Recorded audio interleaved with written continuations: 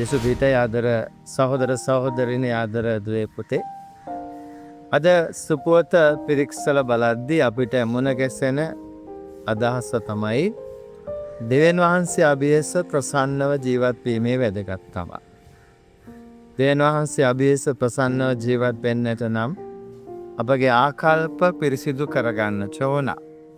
යේසුස් වහන්සේගේ අඩිපාරේ ගමන් කරන්නට උන්වහන්සේ අපිට උගන්වපු දේවල් අපේ ජීවිතවලට සම්බන්ධ කරගන්න ඕන. ශීල ධර්මයකව අපි කතා කරද්දී දසපනත අපේ ජීවිත සුමගට යොමු කර ගැනීමේ අදිතාලමක් හැටියට අපිට හඳුන්වන්නට පුළුවන්.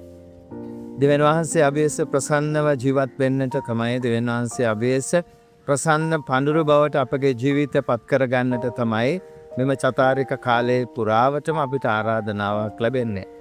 ජෝවල් දිවස් ප්‍රසාදිවරයාගේ දිවස් වැකිය වතිරාගෙන නොව සිතිරාගෙන දෙවියන් වහන්සේ වෙතට ගමන් කරන්නට කියන්නේ මේ සඳහා තමයි. දෙවියන් වහන්සේ අභියස අන් අය අභියස ප්‍රසන්නව වචනෙන් ක්‍රියාවෙන් අපේ ජීවිත ශක්තිමත් කරගන්නට ආදර සහෝදර සහෝදරයන් ආදර දුවේ පුතේ අපි උත්සාහ කරමු.